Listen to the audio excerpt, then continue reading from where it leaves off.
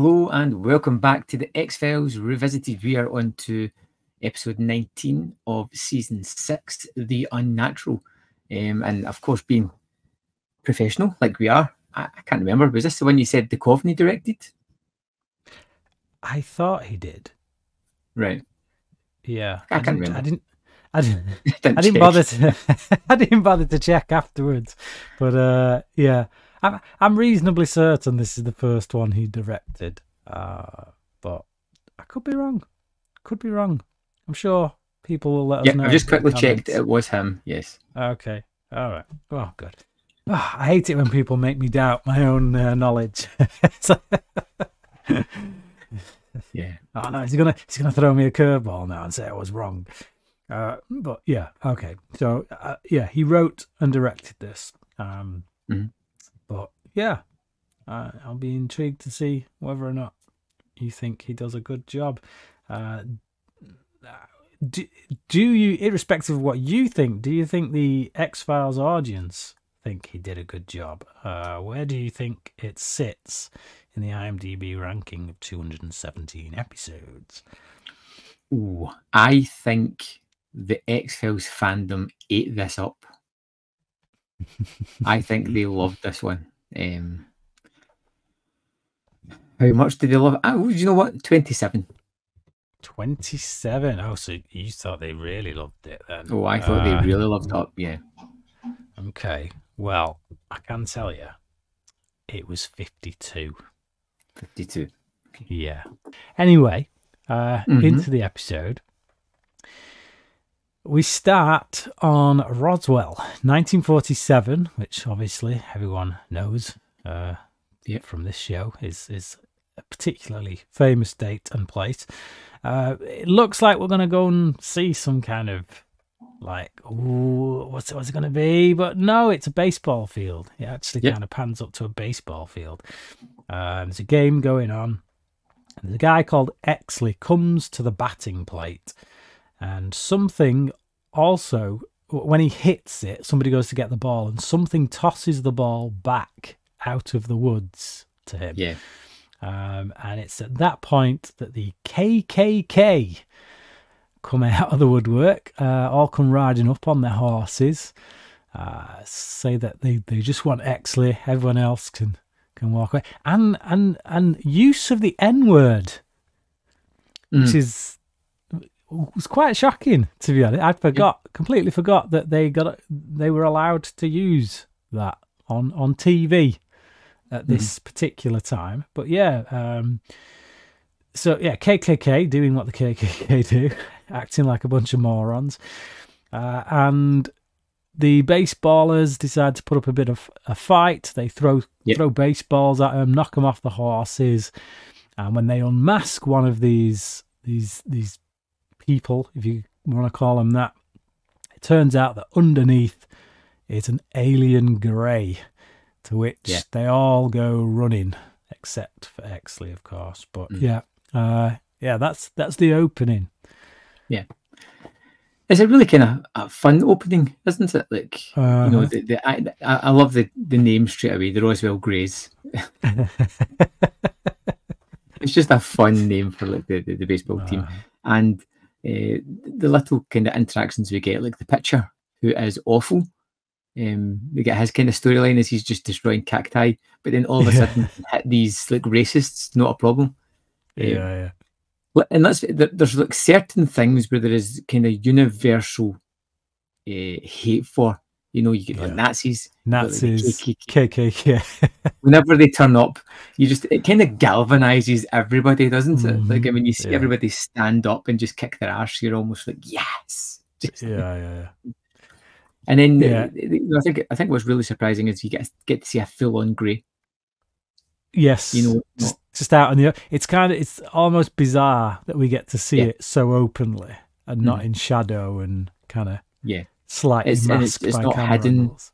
It's not like lights flickering or anything else. It's just boom, there you are.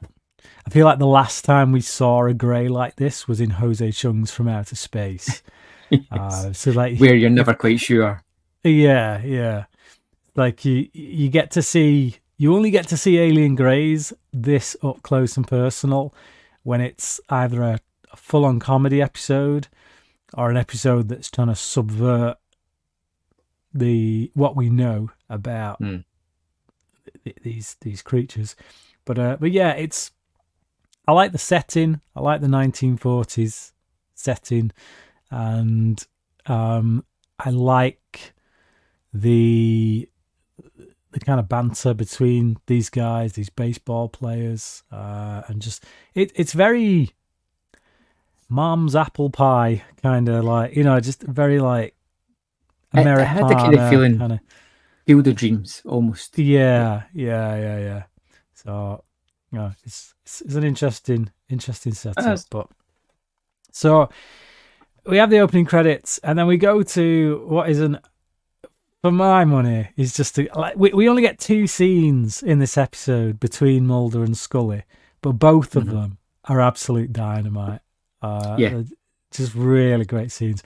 So Scully brings old newspapers, these massive, like really heavy, like Mulder's just sat there on his ass reading them. He's doing the grunt work, like the heavy lifting, which just says it all about their relationship. So she asks Mulder about looking for life on this planet instead of elsewhere, essentially telling him to get a life. And he's like, I looked for life on this planet, Scully, and that's what kind of persuaded me to look elsewhere, which I thought was pretty funny. So Scully whips out an ice cream. It's not an ice cream. She calls it. It's basically one of those like hippie ice creams that's had all the fun taken out. Yeah, and this was the game. Like, I loved the line that Mulder has out with, going, "The air in my mouth probably tastes better." Yeah. Then they exchange some famous pearls of wisdom. So they just start throwing slogans at each other, thick and fast. But Mulder tries to steal Scully's ice cream despite having mocked it just moments ago. Then Scully realizes Mulder has just been, because he's saying that he's looking through all these old newspapers because it's Roswell, it's 1947. If I look through all these newspapers, I might find a link or a commonality or something worth digging back up and investigating, which you can believe Mulder is doing. And it just seemed like something he would do to kind of get his juices flowing and maybe unearth something that he hadn't thought about. But as it turns out, Scully realizes Mulder has just been looking at old baseball box scores, to which she says, basically Scully is me in this situation. She literally says, boring. Because the biggest eye roll ever is like, boring. It's like almost mocking him. And then Mulder sees newspaper Mulder gives a nice little kind of diatribe about how you can look at box scores and it can tell you everything. The way he goes on, you'd almost swear you could smell what the air was like at the time just by looking at those box scores. It's some like romanticized bollocks, basically, but it kind of keys us into what this episode essentially is, which is a love letter to baseball. It's David Duchovny's love letter to baseball. Mulder sees one of the newspaper clippings at the side, and it turns out Arthur Dales, a young Arthur Dales, is with Josh Exley. So he tears out the paper, tears out the page, much to Scully's chagrin, and then just does a bunk with it, leaving Scully to... It's the act of ripping it out where he does the fake kind of cough while he's standing right in front of her ripping it out. Like, it's just... it's just fun. It's his way of telling her he knows he shouldn't be doing it, but screw them, he's doing it anyway. But I love that, like, when he went for Scully's ice cream, he demolished it. And her reaction to the ice cream getting demolished, and she kind of gets a bit of it on her face, and it's like there's some laughter there, some genuine laughter. Makes me wonder if that was even in the script or whether Duchovny just decided to do it, because the reaction feels very kind of real. But but it's almost romanticized. Like it feels like a kind of couple behaviour. Yeah. And this, along with the second sequence with them, is even more kind of couple behaviour. Yeah. Which it's leaning into more and more, I would say. Yeah, absolutely. Yeah. But yeah, it's funny, it's endearing, and it's just a highly entertaining sequence. Yeah, just I want more sequences like this. Yeah, oh, it's great, absolutely fantastic. But, Mulder goes to see Arthur Dales, but instead finds Arthur Dales, his brother. Their parents had a real sense of humour in naming both their sons Arthur Dales. Yeah. Yeah. And he actually says as well, he's like, they were real unimaginative. They also named my sister in the goldfish Arthur. So he shuts the door in Mulder's face. He's like, it's just kind of goes on a bit, waffles on, and then shuts the door in Mulder's face. Mulder mentions the newspaper article and baseball, and then Dales lets him inside. So yeah, it's particularly the reference to baseball and Exley that kind of makes come in, let's have a chat. Yeah, but he knows who Mulder is as well. Like in this setup, and he's not interested in any of the alien stuff whatsoever. No.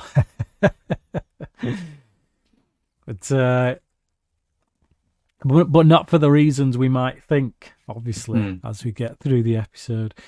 Yeah. So, Dales says the answers to everything are in baseball. Right. And it's, we should say, like, this Arthur Dales is Emmett Walsh, who's always great whenever he's in. Yeah. And the little, like, you can tell like a really good actor because they just come in and in small time whatsoever, they just own this character 100%, and he's fantastic at it. And even the interplay with Mulder is terrific. You know, he's like, "You're not ready," and he's like, "I'm ready," and he's like, "You're not right." He's like, I'm so right. I'm rotten." Oh man, it's just like the idea of someone telling Mulder he's not ready for the truth and all that. It's classic. Yeah. But this guy feels like he's out of a movie. He doesn't feel like a TV show character.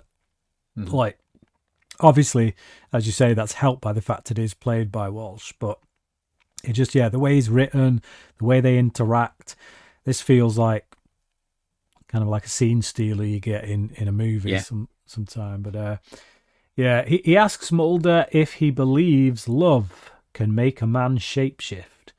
Mulder gets cross when he's told he's not ripe enough, as you just pointed out. And Dales pulls out an old baseball toy and asks for a dime. And he says, baseball keeps you young forever. Well, it keeps you forever young. So that's his first kind of point that he makes to Mulder. It's like, the first thing you need to learn about baseball is it keeps you forever young. And then we kind of fade into a flashback, or cut into a flashback. So it's 1947, and we take place a little before the events of what happened in the opening. So we've flashed back a little before then. Dales turns up to the baseball field to tell Exley he has a contract out on his head, and he's there to keep him protected. He offers him a cell or the bus. So because Exley's like, dude, come on, I don't need you. He's like, dude, you either have me protecting you in a cell, or you have me protecting you on the bus. Which is it? So it's like, cut to the bus and the driving. So, but it's some nice little moments in this as well, like the interplay between them, and like team members kind of coming up and patting Exley and making little remarks about him stealing base, and the only thing he's ever stolen is fourth base or whatever it is. I don't know baseball. me trying to do a sports kind of analogy it's pretty futile. So we go on to the bus, and we get this nice little kind of so this is all these scenes are just like, they do a really good job of making us warm to the relationship that develops between Exley and Dales. And there's this really great moment here where Exley comes over and he tells Dales that he was thinking about joining the police force, and obviously the blue uniform and all that. And Dales makes this joke about, hey, you could call yourselves the Black and Blues. Oh man, it was just a classic moment. And they all go straight face. He's on a bus filled with black guys, and they all go straight face, like they're not impressed with this joke at all. And then you see him like getting, oh crap, I shouldn't have said that. And then they all like jibe him and start laughing, and he realizes, oh no, they took it well. They got it in the spirit with which it was meant. But it's almost like it's a sequence that says like, okay, you're kind of one of us. You're part of the crew. Yeah, welcome. A little gentle ribbing, and now you're in. You've passed the initiation type thing. Yeah, it's good. Yeah, it's fantastically written. It's just it gets us to a point that we need to be at with these guys and their relationship and how they relate to each other. In literally 30 seconds, it does. You could spend like 3 or 4 scenes trying to build this relationship, but this one little kind of joke and then the team camaraderie instantly kind of gets you to where you need to be. So yeah, great stuff. Dales wakes up on the bus. It's late at night, it's driving, rain is hitting the window, and everyone is sleeping. Then he sees Exley's reflection in the window. So Exley's kind of pressed his head against the window while he's sleeping, but the reflection is of an alien grey. So he kind of walks over, and he's like proper confused, proper like, am I really seeing this? He's like, he can't believe his eyes. And then Exley wakes up and he's like, you look like you ain't never seen a black man before. It's like... yeah. So, Mulder doesn't believe... See, when we saw this sequence of the alien, like it took me a minute to realise what I was looking at, because like first you see the guy sleeping, and then I seen the kind of alien reflection. I'm like, is that an alien hanging on the outside of the bus? There's a gremlin on the wing. There's a gremlin. That's exactly what I was thinking of. Yeah. And then I was like, oh no, wait, it's his reflection. Okay. Mulder doesn't believe Dales. So back to the present day. Mulder doesn't believe Dales, but Dales says all the greats were aliens. They didn't fit in until they stepped up to the plate, to the white line. And then a young boy, knocks at the door with Arthur's medicine. Yeah. In inverted commas. In other words, his alcohol. It's clearly alcohol that's in there. But it literally looks like this young boy has brought it from the 1930s. Yeah. It's just dressed. Wearing his flat cap and his shorts. Yeah. So Dales tells Mulder to tip him, and I'm sure this is a replay of a scene we've had previously where Mulder gave a really crap tip to some kid. I can't remember what episode that was in, but I'm sure this has been done before, and it's a nod. It rang a bell, but but so Mulder gives him like what I can only assume is $1 bill, and the guy's like, hey, you're a real Rockefeller, ain't you? Mulder's like looking all insulted, like, what? I just tipped you. What? I don't get it.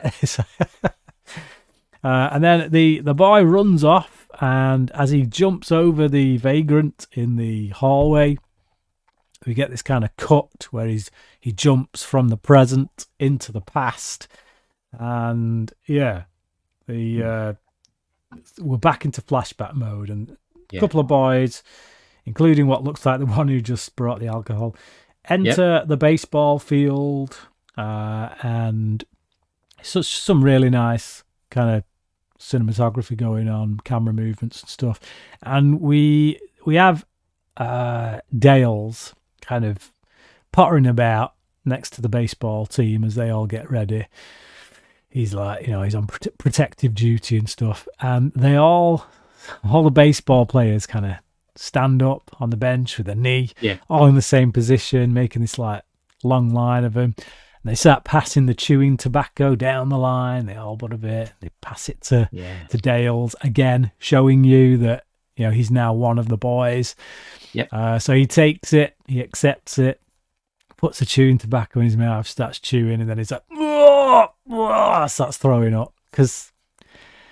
Yeah, I don't know how anyone can chew that stuff. It looks disgusting. Just like obviously I've never used it. I don't smoke or anything. I don't understand it either. Do you know what I mean? Just like, because they always seem to be spit, so you don't swallow it. You just spit out whatever. You spit it. Yeah, you spit the saliva, don't you? So it's like so they used to have buckets, didn't they, in pubs? Yeah, spittoons.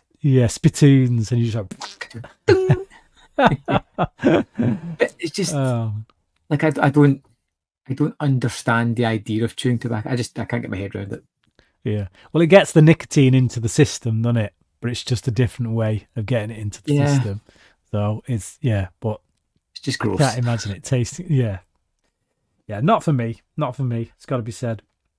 So Arthur saves Exley from two men with water pistols and a bee.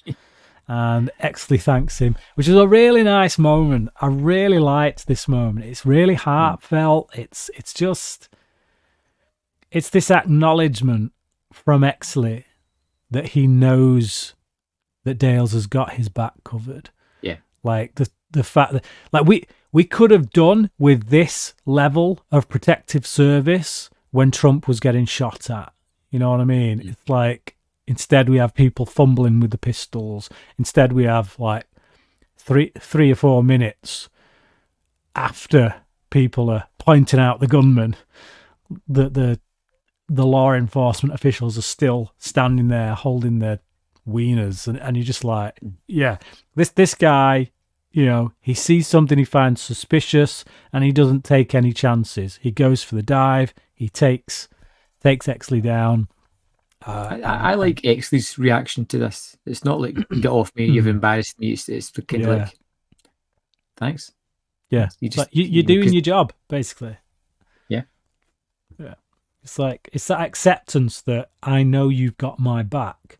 I didn't see what you just saw, but I trust that whatever you just saw, it was enough to warrant you having my back. And it's just a really nice moment, and like I felt it. I actually felt it in here when he said thanks. And then there's that kind of slight acknowledgement there from Dales that that recognition that they're becoming brothers basically. It's really nice. So Exley gets hit in the head with a ball, and then he starts talking gibberish at first, and then they get him up and cart him away. And Dales sees green blood burning through the glove. So he's taken a hit to the head. Some blood's come out onto the glove. And it's like... Yes, the green melty blood type thing, Yeah. And I'm going to assume that because there's only a little bit of it and they're in the open air, in the wide open space, then that's why it doesn't really affect Dales all that much. Not like, the scene with Krychek and Spender where they're just standing right next to the burning body and you're like, dude, why aren't you like that dying right now? Okay, so Dales calls the PD in Exley's hometown to ask for a background check. It doesn't lead anywhere, but the man on the other end of the phone turns out to be one of the alien bounty hunters. So we've got Brian Thompson back. So Budget Terminator, yeah. Nice to see him kind of popping up for this, because like you expect him for the two-parters, you expect him for the hardcore mythology episodes. Yeah, like this feels like a favor to Duchovny. I feel like I feel like Duchovny and Thompson are probably good buddies, having worked a lot together on the show and that. So yeah, no, it's good. It's good to see him coming back. Yeah. Hey, Thompson, I'm writing an episode. You fancy popping back in for? It's like, yeah, dude, come on, let's do it. So the ball boy informs Exley that some scouts are in the stands. So yeah, it's playing a game. He gets informed there's some scouts, and just moments later, Dales witnesses Exley playing terribly until the scouts leave, and then he goes back to smashing the ball out of the stadium. So a very clear intention there to not get picked up by the talent scouts. So back on the bus, Dales challenges Exley on his game throwing, says he's hiding something, says he's going to find out what it is, which is kind of a it's like that moment where this is the moment that could decide the rest of their relationship, because it's like which way are they going to go with this? Have they built up this relationship to make you like them, only for Dales to then be so freaked out that it's going to be like, oh no, or is it? I mean, it's pretty clear what the answer is going to be because of who we've seen Dales become when he's talking about love and all that kind of stuff. But Dales wakes up to hear noises from next door. So they're in the hotel room now. He uses a penknife to open the door and comes face to face with an alien grey swinging a baseball bat. He shouts, the alien shouts, he shouts again, and then he faints.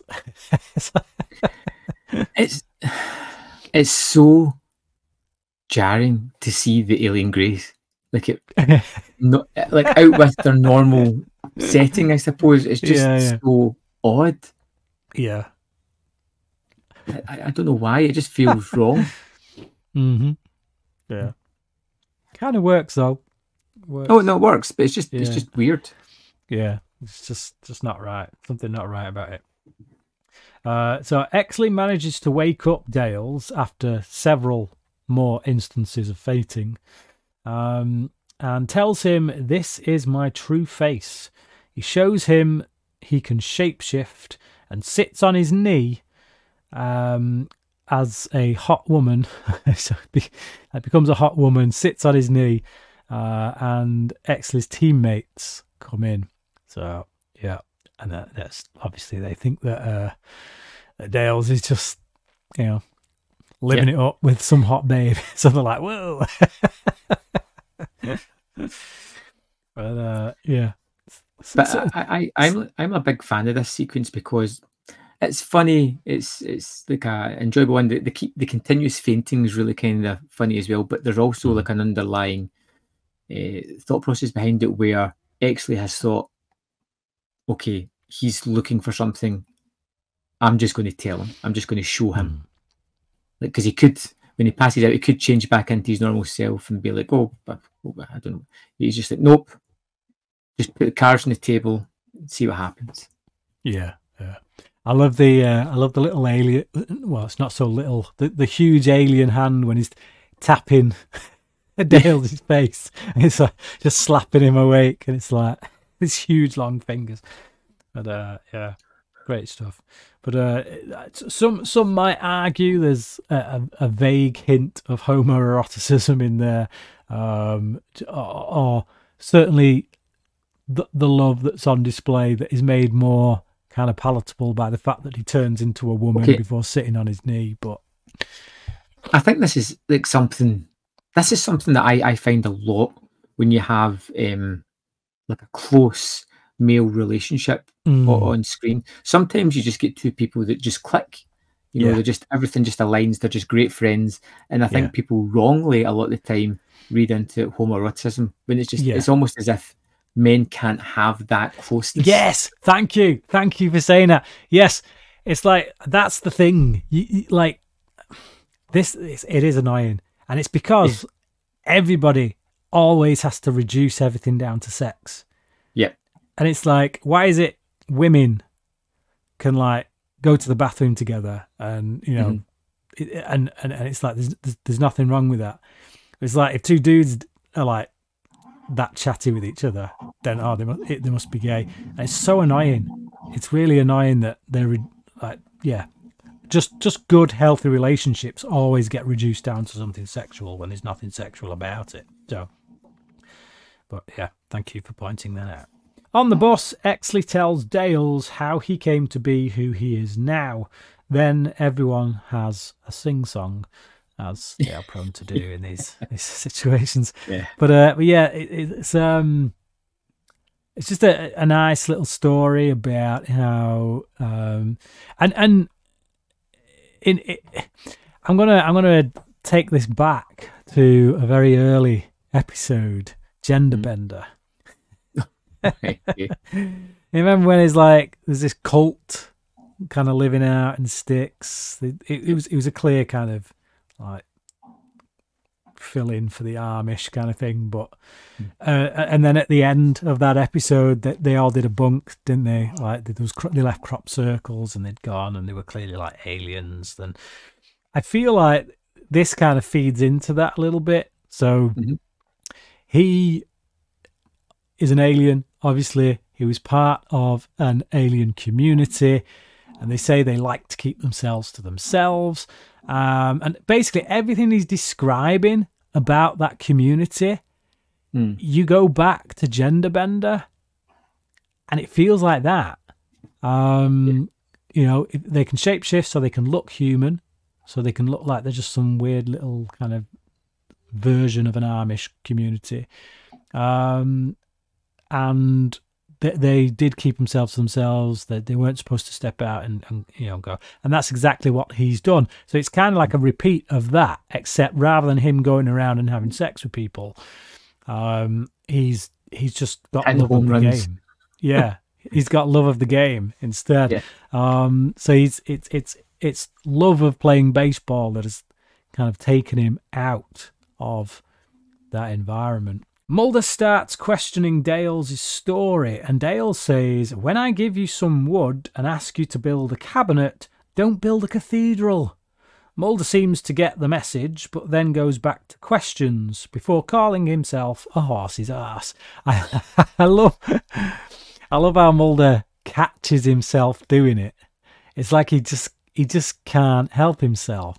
So he's like, he's trying to turn everything into like maybe an intellectual kind of exercise. He wants the facts. He wants to know the truth, but he's missing. He wants the head truth, but he's missing the heart truth.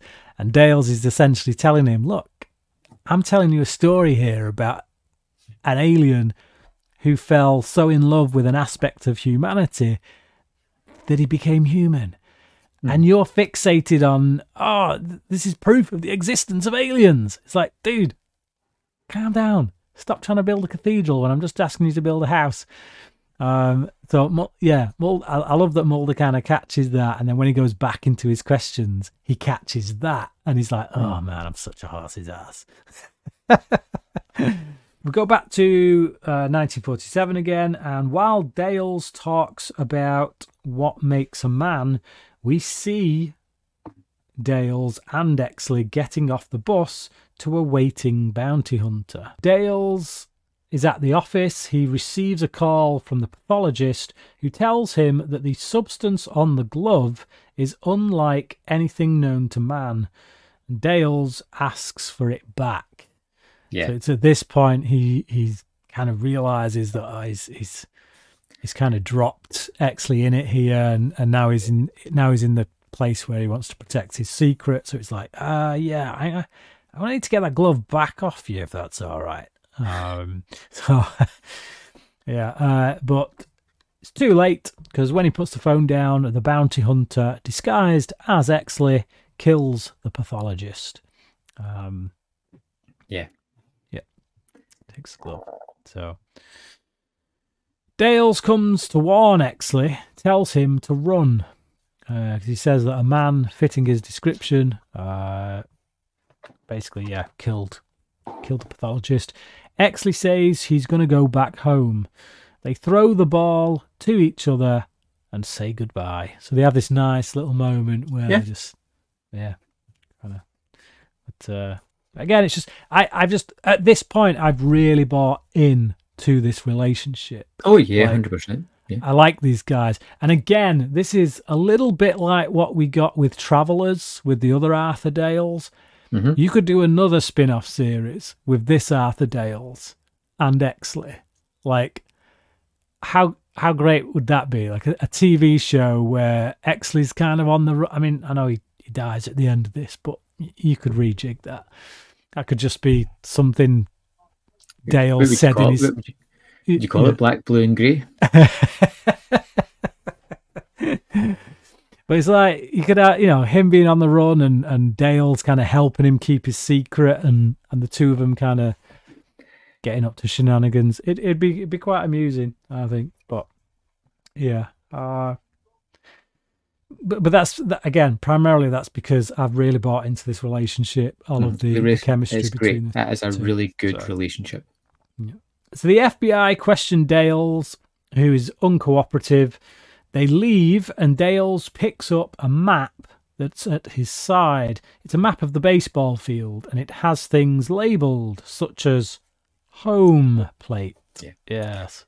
So. And the FBI, this is our douchebag of the week, because as always, we need to have a douchebag. Mm-hmm. It's such a weird thing, because there's like so many of them there. Like it seems unnecessary. And no. It's because of this is 1947, isn't it? Yeah. This is Roswell. Stuff's happening. So if they've caught wind. It's not even like thinly veiled threats either, is it? It's like, we will destroy you.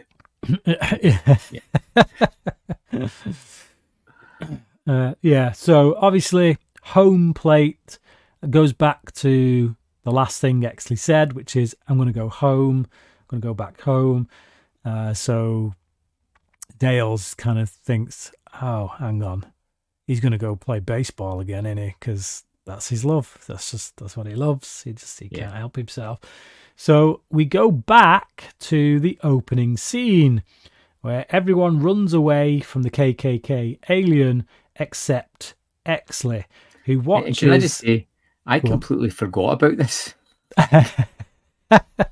I had completely forgotten all about this opening sequence until we jumped back to it.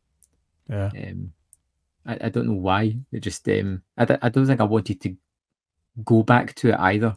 You know what I mean? I just because I wanted the story to continue for these guys. Yeah. So we go back to the opening scene. Everyone runs from the alien except Exley, who watches as it shapeshifts into the alien bounty hunter. So So all this is kind of like it feeds into the greater mythology as well, because we've learnt this season that the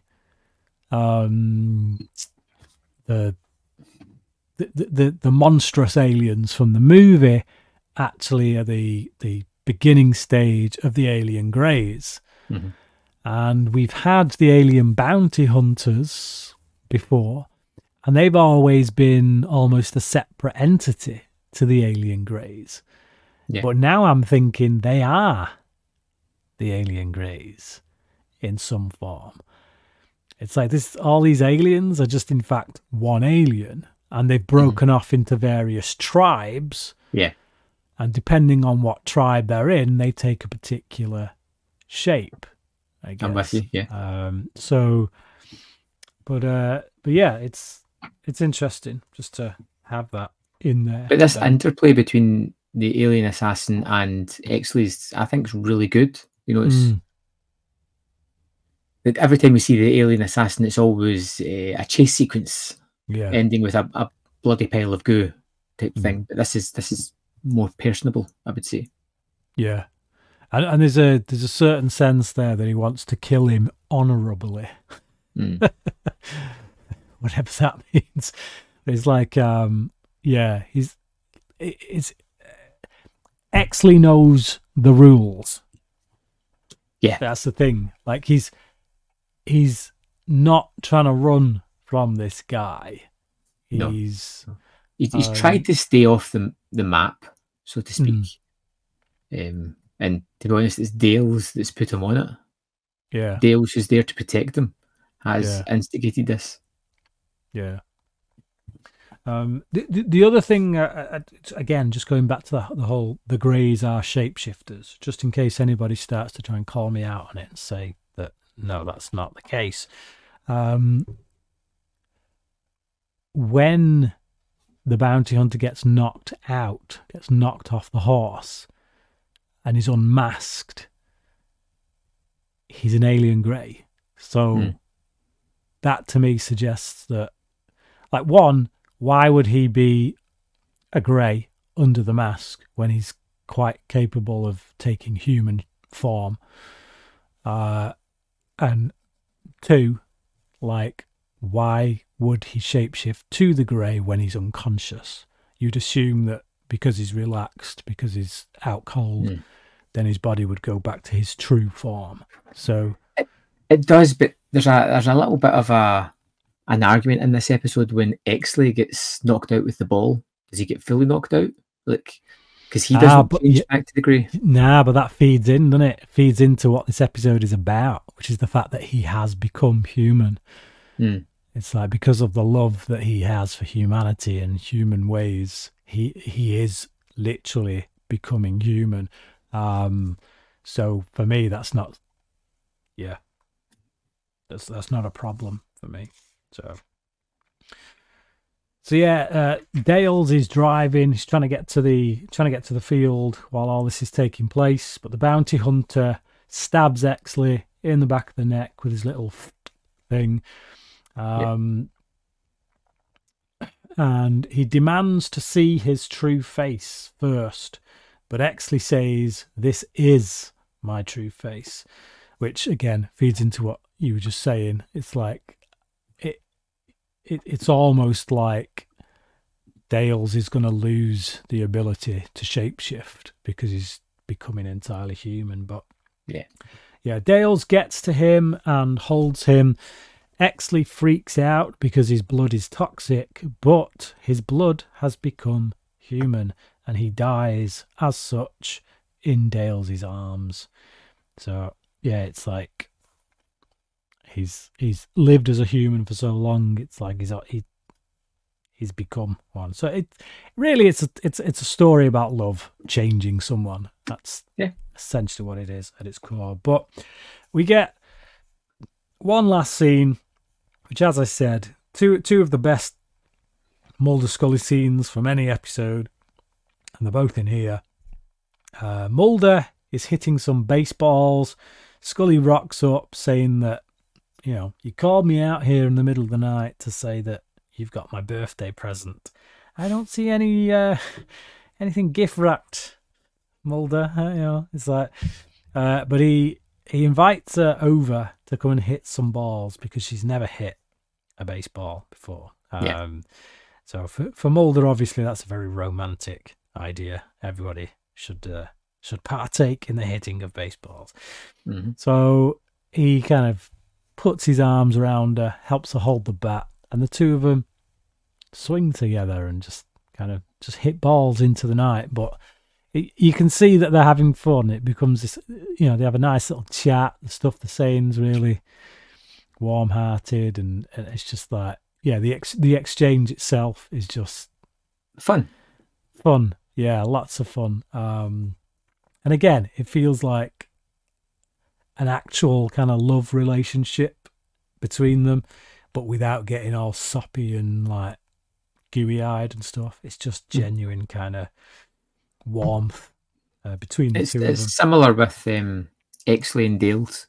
It's just a connection of two people that get each other. Yeah. Although I would argue that in this case there is a sexual undertone that's there. But you want to wrap up? No, you wrap up in this one, Brian. Okay, I'll I'm wrap up. trying to think of something. I loved this one. I absolutely loved it. I think it's brilliantly and beautifully written. I think it's got a great story at the heart of it about how love changes us. I think even though we only get 2 scenes between Mulder and Scully, they're absolute dynamite and they practically bookend the episode. And the fact that we're going to 2 characters that we've never met before to carry the episode, essentially, that for me is always, if you're going to do that, you need to give us a story that is worth it. And you know, we've been through this before with Travelers. We got that with Travelers, and I think we've got it again here. That's the crux of it, is that we're going to spend our 40 minutes, the 40 minutes we usually spend with Mulder and Scully, who we essentially come here for. We're going to spend it with 2 dudes that we've never met before. But they make us very quickly, Duchovny makes us very quickly fall in love with them. You know, he's wrote and directed this one. So yeah, if you're going to give us an episode that's got very little of Mulder and Scully, this is absolutely 100% the way to do it. 5 out of 5 from me. I like The Unnatural. It's like a fun, carefree episode. You know, there's like, it's no worries. It's just fun relationships, nice interaction. I like the way it's kind of shot and played out. There is an element of, is it real? That I kind of get hung up on a little bit. You know, is it all real? Is it all an unreliable narrator? Is it all bullshit? Like I feel like the stuff with Mulder and Scully that we see, that's real. Yeah. But everything that Dales says, I mean, it's, like you say, he's telling a story, so he could be, he could make anything up that he wants. And I'm not entirely sure he's even who he says he is. Like, you know, there's that kind of like, it's just this could just be a guy that's bored and just been like, I'm going to have some fun here. Like, let's just go. And Mulder knows that Dales is in Florida because they've been to Florida previously as well. Yeah. It's one little thing I got hung up on. It's a fun episode. It's carefree. It's one I would go back and watch again. Is it the best of the X-Files? No. I think I gave this one a 4 out of 5, Brian. And it's not. It's just a feeling. Okay. I thought you'd go. Given that you gave Travelers a 5. Yeah. I'd have thought you'd have been on the same page with this one, personally. I feel as if Travelers led more into the kind of X-Files typical kind of stuff, where it's like investigating Monster of the Week. This felt like more like a detour, you know, like a little side alley, like a shortcut to certain things. Yeah. But it's fun. Like, I don't have anything I can really say was detrimental about it. It's just how I feel at the end of it. All right. Okay. Yeah, well, 5 for me, 4 for you, but there you go. Okay. So next up, we have episode 20, which is 3 of a Kind. Can you tell us a little bit about that one? So this one is a lone gunman-centric episode. And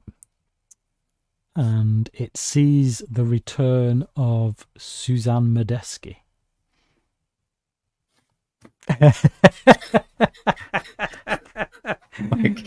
I would tell you she's a blonde woman, but you'd then think I was talking about Marita Covarrubias, but I'm not. Yes. So Suzanne Medeski, she's the woman that Byers fell in love with in that other Lone Gunman episode, where they, you know, you remember when they were at the convention and it was set like 89, and Mulder rocks up with a massive telephone. Yeah. When the Lone Gunman became the Lone Gunman. Yes, yeah. And there was that woman, the blonde woman, who Byers ended up falling, and she got abducted at the end of it and they're never seen again. Well, she pushed into the car and drove off into the distance, wasn't she? Yeah. So, yeah. Totally it's a sequel. About it. Yeah, it's a sequel of sorts to that episode. So, Yeah. Oh, fantastic. Another Lone Gunman episode. That's always enjoyable to see these characters back because they're always kind of fun. So I'm looking forward to that. So join us next week as we talk about Three of a Kind. As always, if you don't mind reviewing us on whatever podcast you listen to us or on YouTube, hit the like button, leave a comment. We always appreciate all the interaction you're willing to give. And we'll see you next week for Three of a Kind.